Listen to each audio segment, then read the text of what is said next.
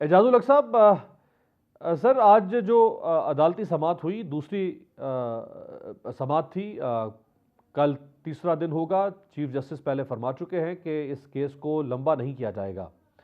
آپ کو لگ رہا ہے کہ مزید 2 سے 3 سماعتوں میں، کیونکہ ایک سادہ سوال ہے اس کا جواب عدالت کو تلاش کرنا ہے، 2-3 سماعتوں میں کیس نمٹ جائے گا؟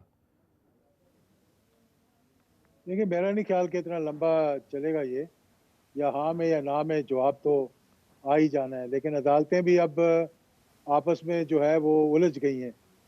کچھ پریشر باہر سے ان کے اوپر آ گیا ہے، اور کچھ ود ان دی انسٹیٹیوشن ایسا پریشر آ گیا ہے جس کو میرا خیال ہے کہ ریلیز کرنے کے لیے بہت ہی معاملات کرنے پڑیں گے۔ پھر اس کے بعد پورا پارلیمنٹ جو ہے اس وقت جوائنٹ سیشن بلایا ہی اس لیے گیا ہے کہ عدالتوں کے اوپر پریشر جو ہے وہ ڈالا جائے، اور آپ نے دیکھا کہ آج کی تقریر وزیر اعظم کی جو ہے وہ کسی حد تک اسی سمت میں جا رہی تھی کہ اگر فیصلہ آ بھی جائے گا تو ہم نے نہیں ماننا۔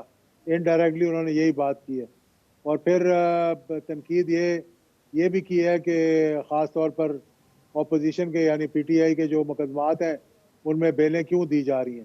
یعنی یہ سوال تو آج تک کبھی پہلے اٹھے نہیں تھے جو اب اٹھنے لگ گئے ہیں۔ تو یہ پاکستان اس وقت جتنی مشکلات میں گھرا ہوا ہے کہ پھر اگر انسٹیٹیوشنز بھی کولیپس کرنے شروع ہو گئے، ہماری اکانومی کولیپس کر گئی ہے، گورننس اعجاز کولیپس صاحب، کر گئی ہے۔ چونکہ بہرحال آپ نون لیگ کے ساتھ آپ کا رہا ہے قریبی تعلق، آپ ان کی حکومت میں بھی رہے ہیں، آپ کی اپنی ایک حیثیت بھی رہی، ابھی آپ تحریک انصاف کے ساتھ ہیں، یہ کیا رویہ ہے کہ میری بیل تو اچھی ہے، آپ کی بیل بری ہے؟ اس وقت یہ ساری حکومت ضمانت پر ہے، بیشتر شخصیات ہیں جو یا ضمانت پر ہیں، ان کے کیسز ختم ہو چکے ہیں، تو یہ ان کی ضمانتیں ٹھیک اور عمران خان کے لوگوں کی ضمانتیں غلط؟ دیکھیں، ضمانت کو تو آپ ایک جگہ رکھیں۔ عدالتوں نے جتنا ان کے ساتھ نرمی برتی ہے میرے خیال میں کسی کے ساتھ نہیں برتی۔ حدیبیہ کیس کو لے لیں آپ، 2002-4 میں چلے جائیں، آپ پیچھے چلے جائیں کہ ایک اوپن اینڈ شٹ کیس کو جو ہے وہ ختم کر دیا گیا تھا۔ یعنی اس سے زیادہ پاکستان میں مؤثر اور اتنی گواہان کے ساتھ اور اتنے مطلب ایویڈنس کے ساتھ کوئی کیس میں نے نہیں دیکھا۔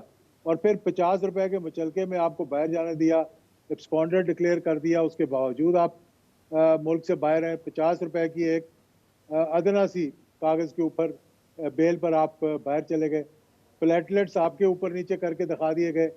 تو مطلب اپنی دوا تو کہتے ہیں وہ میٹھا میٹھا، ہپ ہپ، کڑوا کڑوا، تھو تھو۔ تو اب عدالتوں کے پیچھے جس طرح سے پڑے ہیں، اور جس طرح سے میں سمجھتا ہوں کہ اپنے جلسوں کے اندر ججز کی تصویریں لگا کر، سٹنگ ججز کی، ایک تو ہوتا ہے نا کہ جو چلے گئے، چلو پاکستان میں تو جو چلا گیا وہ یتیم ہو جاتا ہے بیچارہ، چاہے وہ آرمی چیف ہو چاہے وہ چیف جسٹس ہو۔ جس طرح کے ماضی کے چیف جسٹس کے خلاف آج کل جس طرح سے زبان استعمال کی جاتی ہے، کوئی سٹنگ چیف جسٹس کے بارے میں اس طرح کی گفتگو نہیں کرتا، نہ کوئی sitting chief of army staff کے بارے میں اس قسم کی گفتگو کرتا ہے۔ جیسے ہی وہ چلے جاتے ہیں، ریٹائر ہوتے ہیں، تو ہر کوئی شیر بن جاتا ہے، کہیں ان کے انٹرویوز چلنے شروع ہو جاتے ہیں، کہیں ان کے بارے میں کورٹ مارشل کی باتیں شروع ہو جاتی ہیں، کہیں دیگر افسران کے بارے میں بھی اسی قسم کی گفتگو ہوتی ہے۔